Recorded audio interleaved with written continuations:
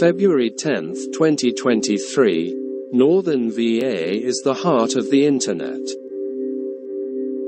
Not everyone is happy about that. The expansion of data centers in Northern Virginia, already home to the $8.4 billion industry's largest hub, has sparked land use battles, with residents near the buildings using drones and cloud computing to make their case.